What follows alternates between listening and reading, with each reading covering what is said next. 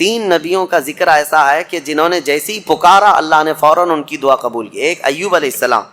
تینوں کے جملے سن لیجیے, تینوں کے جملے. ایوب علیہ السلام کو آزمائش میں مبتلا کیا گیا تو سخت بیمار ہوئے تھے. انشاءاللہ وہ 23ویں پارے میں ان کا تفصیلی ذکر آئے گا. بہت سخت آزمائش میں مبتلا تھے, جسم پورا بیمار. اس وقت انہوں نے جب ان کی زبان کٹ گئی تھی تو یہ جملہ کہا تھا, وَأَيُّوبَ إِذْ نَادَىٰ رَبَّهُ أَنِّي مَسَّنِيَ الضُّرُّ وَأَنْتَ أَرْحَمُ الرَّاحِمِينَ وَأَنْتَ أَرْحَمُ الرَّاحِمِينَ. اے مولا تکلیف تو مجھے پہنچی ہے لیکن تو ارحم الراحمین ہے, تو سب سے زیادہ رحم کرنے والا ہے. اس کے فوراً بعد اللہ فرماتا ہے فَاسْتَجَبْنَا لَهُ فَكَشَفْنَا مَا بِهِ مِن ضُرٍّ. ہم نے ایوب کی دعا سن لی اور جو انہیں تکلیف تھی فوراً اس کو ہم نے دور کر دیا. یہ ایوب علیہ السلام کی سن لی. ادھر یونس علیہ السلام کی سن لی. یونس علیہ السلام کا جملہ کیا تھا؟ لا الہ الا انت سبحانک انی کنت من الظالمین. اس کو اسم اعظم بھی کہا گیا ہے. بہت تیز دعائیں قبول ہوتی. تیسرے نبی کا ذکر ہے حضرت زکریا علیہ السلام. اولاد نہیں تھی, بڑھاپا آ گیا تھا, تب انہوں نے یہ کہا تھا ربی لا تذرنی فردا وانت خیر الوارثین. اے میرے رب مجھے تنہا مت چھوڑ, مجھے اکیلا مت رکھ, تو بہترین, تو خیر الوارثین ہے, بہتر وارث دینے والا ہے, سب کا بہترین وارث تو ہی ہے. تو یہ دعا حضرت زکریا علیہ السلام کی اللہ کو پسند آئی. اے اللہ مجھے اکیلا مت چھوڑ, تو خیر الوارثین ہے. اللہ فرماتا ہے فاستجبنا له ووهبنا له یحییٰ. ہم نے زکریا کی دعا سن لی اور فوراً ان کو یحییٰ علیہ السلام کی شکل میں بیٹا عطا کیا. تین دعائیں میں نے آج آپ کو بتائی ہیں, ایک ایوب علیہ السلام کی, ایک یونس علیہ السلام کی, ایک زکریا علیہ السلام کی. ایوب علیہ السلام نے بیماری میں دعا کی, یونس علیہ السلام نے اندھیریوں میں دعا کی, زکریا علیہ السلام نے بے اولاد ہونے پر دعا کی. یہ تینوں معاملات ہماری زندگیوں میں آتے ہیں. کوئی بے اولاد ہے, کوئی پریشان حال ہے اور کوئی بیمار ہے. یہ تین دعائیں یاد رکھیں. اللہ نے فوراً ان آیتوں کے بارے میں فرمایا, ان کے آیتوں کے بعد فرمایا, ہم نے فوراً قبول کیا ان کی باتوں کو, فوراً قبول کیا. یقیناً اللہ تبارک و تعالیٰ آج بھی قبول کرنے والا ہے. اور ایک آیت اللہ تعالیٰ نے اس بارے میں ارشاد فرمائی. مولا کریم فرماتا ہے کہ یہ سب نبیوں کے ذکر کے بعد یہ سورہ جہاں ختم ہونے کو آیا, آخر میں جہاں سورہ ختم ہونے کو آیا, اخیر سورہ میں رب تبارک و تعالیٰ آخری نبی کے بارے میں فرماتا ہے وما ارسلناک الا رحمتا للعالمین. محبوب ہم نے آپ کو سارے جہانوں کی رحمت بنا کر بھیجا ہے, رحمت بنا کر بھیجا ہے. رحمت کا مطلب کیا ہے؟ رحمت جس کے ذریعے سے خوشیاں ملے, جس کے ذریعے سے مشکلات حل ہوں, جس کے ذریعے سے اللہ تعالیٰ تمہاری مصیبتوں کو دور کرے, وہ رحمت ہے. ماں بیٹے کے لیے رحمت ہے, باپ بیٹے کے لیے رحمت ہے. یہ سب رحمتیں ہیں. اور اللہ تعالیٰ کی سب سے بڑی رحمت اس دنیا میں کوئی ہے تو وہ محمد الرسول اللہ کی ذات صلی اللہ علیہ وسلم. وہ سب کے لیے رحمت ہے, وہ سب کے لیے رحمت. حتیٰ کہ آپ کو میں بتاؤں, زمین و آسمان اس بارے میں لڑائیاں کرتے ہیں. زمین اور آسمان, اعلیٰ حضرت نے اس کو اپنے نعت میں لکھا ہے خم ہو گئی پشت فلک استان زمین سے. یعنی آسمان بہت اپنی ڈینگے یعنی اپنی بڑائیاں بتا رہا تھا کہ مجھ میں چاند ہے, مجھ میں ستارے ہیں, مجھ میں سورج ہے, یہ سارے بڑے بڑے سٹار آسمان اپنے اندر رکھتا ہے. تو زمین نے ایک ہی تانا دیا تھا, ایک تانا دیا تھا. اعلیٰ حضرت فرماتے ہیں خم ہو گئی پشت فلک, یعنی آسمان کی پیٹھ جھک گئی اس تانے زمین سے, زمین کے اس تانے کو سن کر. خم ہو گئی پشت فلک اس تانے زمین سے, سن ہم پہ وہ سرور دو عالم ہے, وہ رتبہ ہے ہمارا. ہمارے اوپر تو چاند سورج ستارے جس سے فیض پاتے ہیں وہ محمد الرسول اللہ زمین میں ہے. میرے عزیزو آپ کو میں بتاؤں, رسول پاک صلی اللہ تعالیٰ علیہ وسلم ملائکہ کے لیے رحمت ہیں کہ نہیں؟ میں آپ سے کچھ سوالات کر رہا ہوں. اور اللہ کے کئی عالم ہیں, عالم یعنی کئی دنیا ہیں, کئی جہاں ہیں, ہاں وہ ہر عالم کے لیے ہیں رحمت ہیں. وہ ملائکہ کے لیے رحمت ہیں, جنات کے لیے رحمت ہیں, نباتات کے لیے رحمت ہیں, جتنے اللہ تعالیٰ کی مخلوقات ہیں سب کے لیے کیا ہے میرے مصطفیٰ؟ رحمت ہیں. شاعر نے بڑے اچھے انداز میں کہا ہے وہ ہر عالم کی رحمت ہیں, کسی عالم میں رہ جاتے یا ان کی مہربانی ہے کہ یہ عالم پسند آیا, یا ان کی مہربانی ہے کہ یہ عالم پسند آیا. میرے عزیزو یہ قربان جاؤ میرے مصطفیٰ کریم کے اس روئے زمین پر کہ آقا ہمارے درمیان میں, ورنہ وہ ملائے اعلیٰ میں رہتے, وہ فرشتوں کے درمیان رہتے, وہ جنتی حوروں کے درمیان رہتے. لیکن مولا رسول کریم صلی اللہ تعالیٰ علیہ وسلم کو ہمارے درمیان میں رکھا، یہ حضور کی اپنی پسند تھی اپنی امت کے ساتھ رہنے۔ اور یہ بھی میں آپ کو بتا دوں، قیامت کے دن کیا میرے نبی صلی اللہ تعالیٰ علیہ وسلم پچھلی امتوں کے لیے رحمت نہیں ہوں گے؟ آدم علیہ السلام سے لے کر عیسیٰ علیہ السلام تک کے ہر امتی کے لیے حضور رحمت ہے، سب کے لیے رحمت ہے، سب کا حساب حضور کی شفاعت کے بعد ہونا ہے۔ لیکن اس کے باوجود میرے آقا صلی اللہ علیہ وسلم قیامت کے دن اگر کہیں نظر آئیں گے تو وہ اپنے امتیوں کے بیچ میں نظر آئیں گے، ہمارے درمیان نظر آئیں گے۔ لوگ نبی پاک صلی اللہ تعالیٰ علیہ وسلم کے ارد گرد ہوں گے۔ عزیزان گرامی وقار، اب یہاں پر ایک بات میں عرض کرتا ہوں، ایک آیت میں پڑھتا ہوں، آپ خود سمجھ جائیں گے۔ 11ویں پارے میں یہ آیت گزر چکی ہے، میں ترجمہ بتاتا ہوں اور کس کی طرف اشارہ ہے آپ خود سمجھ لیں گے، پڑھے لکھے لوگ ہیں۔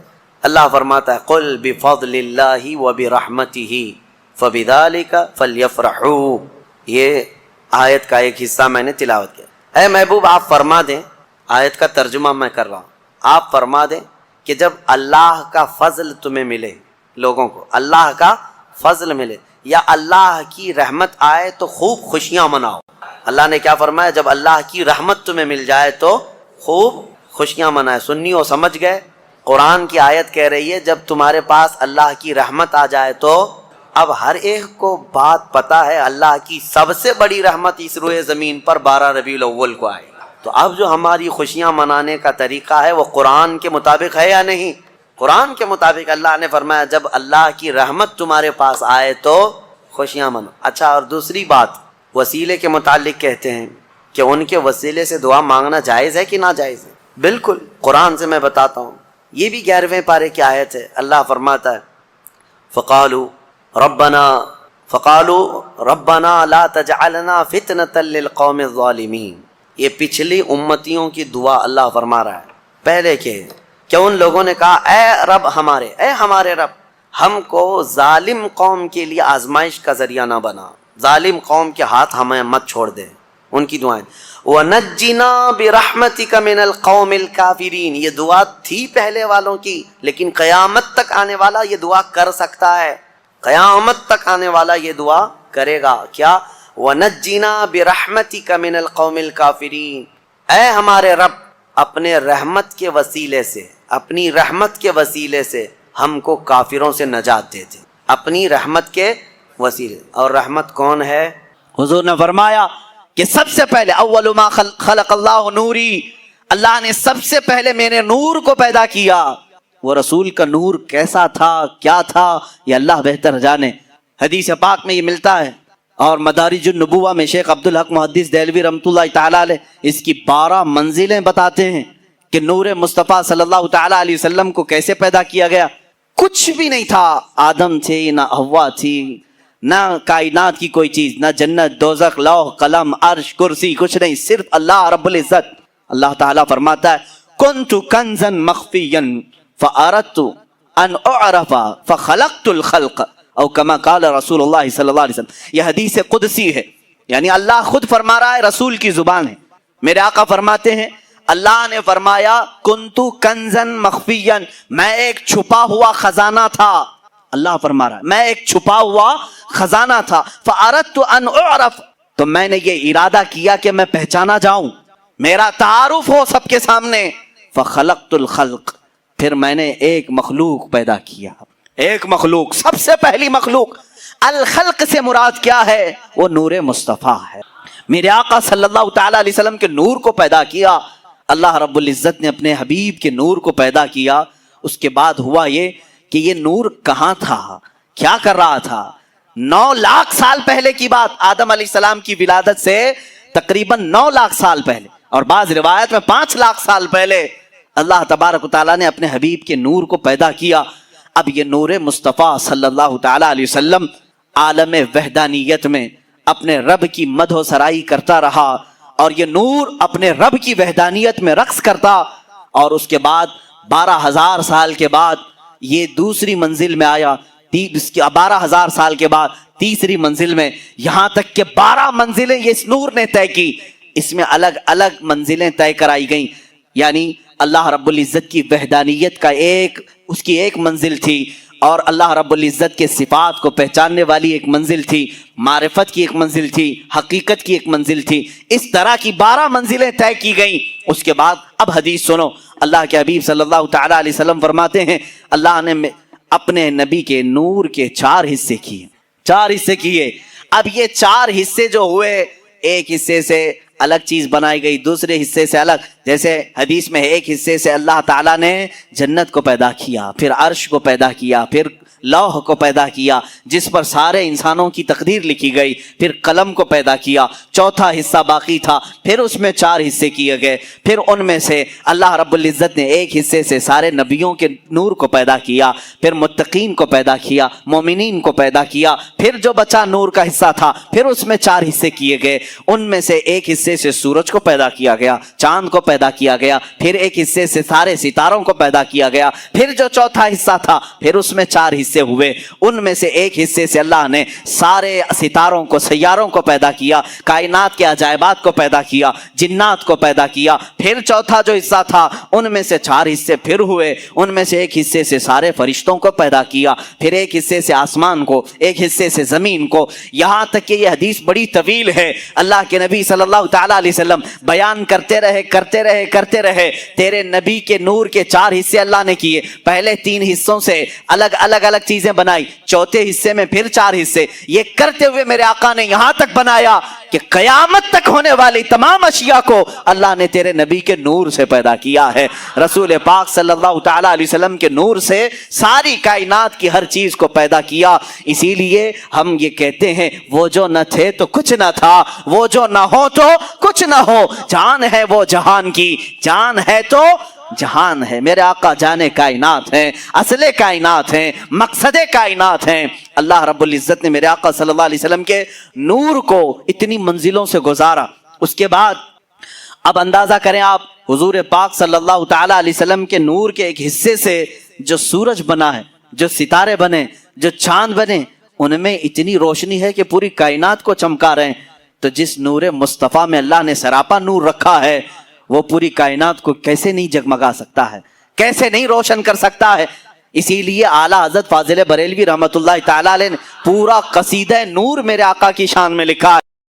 صبح طیبہ میں ہوئی بٹتا ہے باڑا نور کا، صدقہ لینے نور کا آیا ہے تارا نور کا، یا رسول اللہ تیری نسل پاک میں ہے بچہ بچہ نور کا، تو ہے عین نور تیرا سب گھرانہ نور کا۔ نور کا قصیدہ اعلیٰ حضرت نے پورا حضور کے ہر عضو کو نور کہا ہے۔ کاف گیسو ہا دہن یا ابرو آنکھیں عین ساتھ، قرآن کی آیت ہے میرے عزیزو، کاف ہا یا عین ساتھ، یہ سورہ مریم کی شروع کی آیت ہے، اور اس کو بعض محدثین نے کہا یہ اسم اعظم ہے، اسم اعظم، اس کی تلاوت سے اللہ ہر دعا قبول کرے گا۔ کاف ہا یا عین صاد، لیکن عاشق رسول جب پڑھتا ہے اس میں اپنے نبی کو ہی دیکھتا ہے۔ اعلیٰ حضرت یوں کہتے ہیں کاف گیسو ہا دہن یا ابرو آنکھیں عین صاد، یعنی کاف جو لکھا رہتا ہے اس کی شکل میرے آقا کے گیسوئے پاک کی طرح ہے، ہا جو ہے گول ہوتا ہے دہن مبارک چہرے مبارک کی طرح ہے، یا جو ہے لمبی ہوتی ہے حضور کے ابرو کی طرح دکھتی ہے، عین اور صاد گول گول ہوتے ہیں میرے آقا کی آنکھوں کی طرح دکھتے ہیں۔ کاف گیسو ہا دہن یا ابرو آنکھیں عین صاد، تیری صورت میں ہے اترا سورہ نور کا۔ میرے آقا صلی اللہ تعالیٰ علیہ وسلم کے چہرے پاک پر بھی قرآن کی آیتیں آئی ہوئی۔ عزیزان گرامی وقار، رسول پاک صلی اللہ تعالیٰ علیہ وسلم نے جو منزلیں طے فرمائی، اب وہ اللہ کے حبیب صلی اللہ تعالیٰ علیہ وسلم 9 لاکھ سال کے بعد ہو یا 5 لاکھ سال کے بعد ہو، جب اللہ تعالیٰ نے مخلوقات کو پیدا کرنا چاہا تو سب سے پہلے آدم علیہ السلام کو پیدا کیا۔ آدم علیہ السلام کی پیدائش آپ نے اس سے قبل بھی سنا، زمین کی مختلف مٹی لی گئی اور اسے گوندھا گیا، اور اس کے بعد اس میں روح ڈالی گئی، ان کی پیشانی میں نور مصطفیٰ رکھا گیا۔ اب اللہ رب العزت کے نور کی یہ امانت کہاں منتقل ہوئی؟ جبین آدم میں آئی۔ بعض عاشقان رسول تو یہ بھی کہتے ہیں اللہ تعالیٰ نے آدم علیہ السلام کو جب پیدا کیا اور سارے فرشتوں سے کہا اسجدوا لآدم، آدم کو سجدہ کرو تو ان کو جو سجدہ کرنے کا حکم دیا گیا تھا اصل وجہ تو وہ نور مصطفیٰ ہی تھا. وہ نور مصطفیٰ جو جبین آدم میں تھا, پیشانی آدم میں جگمگا رہا تھا. آدم علیہ السلام نے وہ امانت اٹھائی, سنبھالی, اس لیے کہ اللہ رب العزت نے اپنے حبیب صلی اللہ تعالیٰ علیہ وسلم کے نور پاک کو آدم علیہ السلام کی پیشانی میں رکھا. تو صرف یہ نہیں کہ انہیں معلوم بھی نہیں تھا, بلکہ میں آپ کو یہ سفر مبارک بھی بتا دوں جو ہماری عادت ہے. ہم رسول پاک کا شجرہ پاک بھی تلاوت کرتے ہیں. اللہ کے حبیب صلی اللہ تعالیٰ علیہ وسلم کے شجرہ پاک کی تاثیر بھی یہ ہے, اللہ تعالیٰ اس کے ذریعے سے زبانوں میں سلاست عطا کرتا ہے, رزق میں برکت دیتا ہے. اس لیے کہ ہمارے آپ کے دوسروں کے نسب کا تو چھوڑو, کائنات کا جو سب سے افضل و اعلیٰ رسول ہے اس کے شجرہ نسب میں بڑی تاثیر ہے.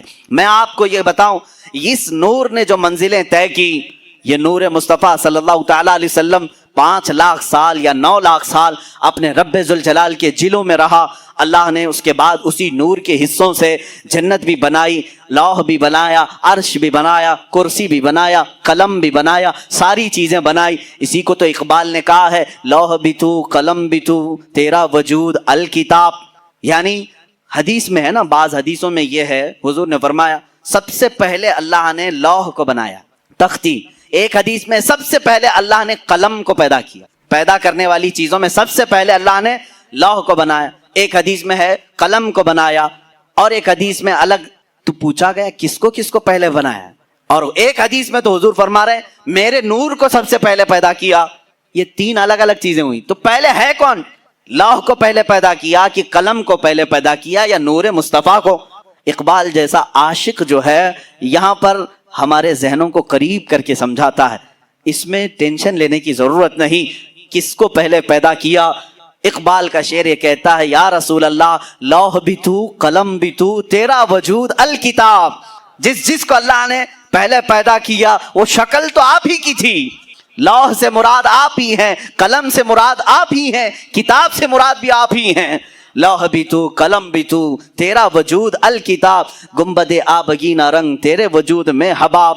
عزیزان گرامی وقار, رسول پاک صلی اللہ تعالیٰ علیہ وسلم کی یہ جو منزلیں ہیں, جبین آدم میں آئے, اب جب جنت سے اتر کر دنیا میں آئے, رسول پاک صلی اللہ تعالیٰ علیہ وسلم کا نور لے کر کے ہی دنیا میں آئے. یہاں جب آئے 350 سال تک حضرت حوا سے الگ رہے, پھر اس کے بعد ملاقات ہوئی, حضرت آدم علیہ السلام کی توبہ بھی قبول ہوئی مصطفیٰ کریم کے وسیلے سے. حضور پاک صلی اللہ تعالیٰ علیہ وسلم کے وسیلے سے ہی آدم علیہ السلام کی توبہ قبول ہوئی. اللہ رب العزت نے دونوں کو ملایا, شوہر اور بیوی کو, جن کا نکاح جنت میں ہو چکا تھا. دنیا میں آنے کے بعد 350 سال تک مل نہیں سکے, لیکن عرفات کے میدان میں دونوں کی ملاقات ہوئی. اب اس کے بعد سلسلہ چلا. آدم علیہ السلام کی عمر مبارک تقریباً 1000 سال کی ہوئی. کتنے؟ 1000 سال کی. بے شمار اولاد آپ کی ہوئی. آپ کا اولاد کا جو نسب کا سلسلہ تھا, اس لیے کہ دنیا کو ابھی وجود میں لایا گیا تھا, نسل انسانی کی ارتقاء ہونی تھی. روزانہ آدم علیہ السلام کے گھر میں بچے کی ولادت ہوتی تھی, روز ان کی بیوی روز حاملہ ہوتی, روز بچے کی ولادت ہوتی. اس طرح آپ کی اولاد میں ایک ہونہار اور صالح فرزند پیدا ہوئے جن کا نام شیس رکھا گیا, وہ بھی نبی ہوئے. جب حضرت شیس علیہ السلام پیدا ہوئے تو آدم علیہ السلام کی پیشانی میں ہلکا پن آیا, شیس کی پیشانی چمکنے لگی. حضرت آدم علیہ السلام سمجھ گئے نور مصطفیٰ منتقل ہو کر شیس کی پیشانی میں آ گیا ہے. حضرت شیس علیہ السلام کی جبین مبارک چمکتی تھی. میرے عزیزو, یہ چمک جو ہے حضور کے سارے آبا و اجداد میں پائی گئی. سارے حضور کے جتنے باپ آدم علیہ السلام تک آتے ہیں نسب میں, سب کی پیشانیاں چمکتی تھی. حضرت شیس علیہ السلام کو دیکھا آدم علیہ السلام نے, ان کی الگ سے تربیت کی, الگ سے ساری اولاد میں ان کو الگ مقام دیا, اور پھر یہ کہتے رہے. حضرت شیس علیہ السلام کا جو نکاح ہوا اس زمانے کی حضرت آدم علیہ السلام کی بیٹیوں سے ہی ان کے نکاح ہوتے تھے. بھائی بہن کے نکاح ہوتے تھے صرف ان کی شریعت میں, باقی کسی کی شریعت میں جائز نہیں. اس لیے کہ اس وقت انسان اتنے ہی تھے, ایک ہی باپ کی اولاد تھے. اپنی بیٹیوں میں جو سب سے پاکیزہ تھی آدم علیہ السلام نے ان کے ساتھ حضرت شیس کا نکاح کیا. شیس علیہ السلام کے نکاح کے بعد چند ہی دنوں کے بعد دیکھا گیا شیس علیہ السلام کی جبین مبارک سے وہ نور غائب نظر آ رہا ہے. انہوں نے بھی سمجھ لیا کہ یہ نور منتقل ہو چکا ہے, حضرت شیس علیہ السلام سے یہ نور مصطفیٰ صلی اللہ تعالیٰ علیہ وسلم یانش میں آیا. یہ یانش حضرت شیس علیہ السلام کی اولاد میں سب سے بڑے تھے اور سب سے زیادہ پرہیزگار، اپنے باپ کے وفادار، اتنے اعلیٰ اخلاق تھے. ان کو دیکھ کر کے بھی شیس علیہ السلام نے تربیت کی، الگ سے ان کی تربیت کی اور بتایا کہ بیٹا تمہارے پاس اللہ نے ایک بہت بڑی امانت رکھی ہے، تم ادھر ادھر نظر نہیں کرو گے، تمہارا ہر عضو، تمہارا ہر لمحہ پاک ہونا چاہیے، اس لیے کہ تمہارے پاس اللہ کی ایک بہت بڑی امانت. دیکھیں اس امانت کو ہر باپ نے محفوظ رکھا اور تربیت بھی ویسی کی. حضرت یانش کا جب نکاح ہوا وہ بھی اپنے اشرف خاندان میں، اعلیٰ خاندان میں. جب ان کے گھر ان کی دلہن آئی چند سالوں کے بعد حضرت یانش کی پیشانی مبارک سے بھی وہ نور غائب نظر آیا. انہوں نے محسوس کر لیا کہ نور منتقل ہو چکا ہے. یہ اس زمانے میں سب کو دکھتا بھی تھا، معلوم بھی ہوتا تھا. میاں سب کی پیشانیاں لوگ تو دیکھتے ہوں گے، لیکن ایک پیشانی اگر سورج سے زیادہ چمکنے لگے تو سب کو پتہ ہی چل جائے گا یہ کوئی عام انسان نہیں، اس کے پاس کوئی خصوصیت تو ہے. اور جس کے پاس یہ نور ہوتا تھا، ہر زمانے کی بات یہ ہے، اس شخص سے شادی کرنے کے لیے ہر عورت بےتاب رہتی تھی. ہر عورت جو اس زمانے کی مخصوص عورتیں ہوتی وہ یہ نور کو دیکھتی اور پیغام نکاح بھیجتی، اور جس نصیب والی عورت کے حصے میں وہ آتا وہ دلہن بن کر کے آتی. حضرت یانش کے بعد ان کے بیٹے قینن تھے. قینن کی پیشانی پاک میں وہ نور مصطفیٰ منتقل ہوا. رسول پاک صلی اللہ تعالیٰ علیہ وسلم کے نور کی یہ منزلیں ہیں جو سفر کر رہی ہیں. نور خدا چلتا ہوا آدم کی جبین میں، جبین آدم سے شیس کی جبین میں، جبین شیس سے یانش کی جبین میں، جبین یانش کی سے قینن کی جبین میں، اور یہاں قینن کی جبین سے پیشانی سے حضرت محلیل کی جبین پاک میں آیا. محلیل سے یرد میں، یرد سے ادریس میں، ادریس سے ادریس علیہ السلام کا نام متوشلخ بھی ہے. متوشلخ سے یہ نور مصطفیٰ صلی اللہ علیہ وسلم لامک میں آیا. لامک سے حضرت نوح علیہ السلام، جو حضرت نوح علیہ السلام اولاد آدم میں دوسرے رسول بھی ہیں. نوح علیہ السلام کی جبین مبارک خوب چمکتی رہی اور پھر یہ نور محمدی صلی اللہ تعالیٰ علیہ وسلم ان کے بیٹے سام میں آیا. سام سے یہ نور ارفخشد میں آیا، ارفخشد سے پھر شالخ میں آیا، شالخ سے پھر ایبر میں آیا، ایبر سے یہ نور فالخ میں آیا، فالخ سے یہ راعو میں آیا، راعو سے یہ صاروخ میں آیا، صاروخ سے یہ پھر ناحور میں آیا، ناحور سے پھر تارح میں، تارح سے پھر یہ جبین مصطفیٰ نور مصطفیٰ سیدنا ابراہیم خلیل اللہ کی پیشانی میں آیا. ابراہیم خلیل اللہ علیہ الصلوۃ والتسلیم کی پیشانی مبارکہ خوب جگمگاتی رہی. آپ نے 2 شادیاں کی ہیں، سارہ سے بھی ہاجرہ سے بھی. حضرت سارہ سے اسحاق علیہ السلام پیدا ہوئے لیکن یہ نور منتقل نہیں تھا. ابراہیم علیہ السلام نے ہاجرہ سے نکاح کیا سلام اللہ علیہا. حضرت ہاجرہ سے بیٹے پیدا ہوئے اسماعیل علیہ السلام، پھر یہ نور مصطفیٰ جبین اسماعیل میں آ گیا. اسماعیل علیہ السلام کا مشہور واقعہ تمہیں معلوم ہوگا. اللہ نے ابراہیم کو حکم دیا تھا جاؤ اپنے بیٹے کی قربانی کرو. حضرت ابراہیم علیہ السلام نے حکم خداوندی پر عمل کرنے کے لیے مینا کے مذبح خانے میں لائے اور ہاتھ پیر باندھ کر کے، کیا ان کی گردن پر چھری نہیں چلائی تھی؟ ہر بقرعید کو ہم یہ واقعہ سناتے ہیں. گردن پر چھری چلائی، نہ چلی. ابراہیم علیہ السلام نے پتھر پر چلائی، پتھر ٹکڑے ہو گیا. پھر گردن پر چلائی، نہیں چلی. عشاق مصطفیٰ کہتے ہیں کیسے چلے گی؟ جبین اسماعیل میں نور مصطفیٰ جگمگا رہا تھا.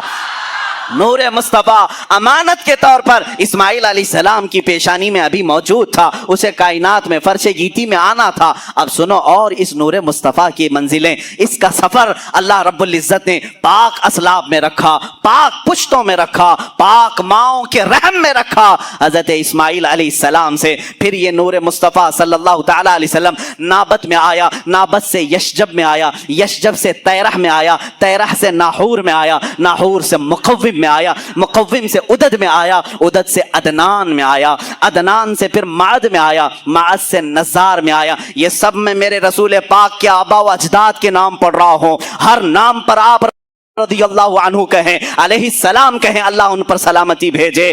اب میں نے سنایا عدنان تک یہ نور مصطفیٰ منزلیں طے کرتا ہوا تشریف لایا. عدنان سے پھر معد میں، معد سے نزار میں، نزار سے مدر میں، مدر سے الیاس میں، الیاس سے مدرکہ میں، مدرکہ سے خزیمہ میں، خزیمہ سے کنانہ میں، کنانہ سے نظر میں، نظر سے مالک میں، مالک سے فہر میں، جن کو قریش کہا جاتا ہے، قریش سے غالب میں، غالب سے لؤی لؤئی میں، لؤئی سے کعب میں، کعب سے مرہ میں، مرہ سے کلاب میں، کلاب سے قصی میں، قصی سے عبد مناف میں یہ نور آیا، عبد مناف سے یہ نور مصطفیٰ منتقل ہوتے ہوئے سیدنا ہاشم کی جبین پاک میں آیا، سیدنا ہاشم سے منتقل ہوتے ہوئے مصطفیٰ کا نور سیدنا عبد المطلب میں آیا، عبد المطلب کی پیشانی سے یہ منتقل ہو کر آپ کے فرزند ارجمن سیدنا عبداللہ کی پیشانی میں آیا، سیدنا عبداللہ کی جبین مبارکہ سے یہ نور منتقل ہو کر کے رجب کے مہینے میں بی بی آمنہ کے شکم مبارکہ میں آیا،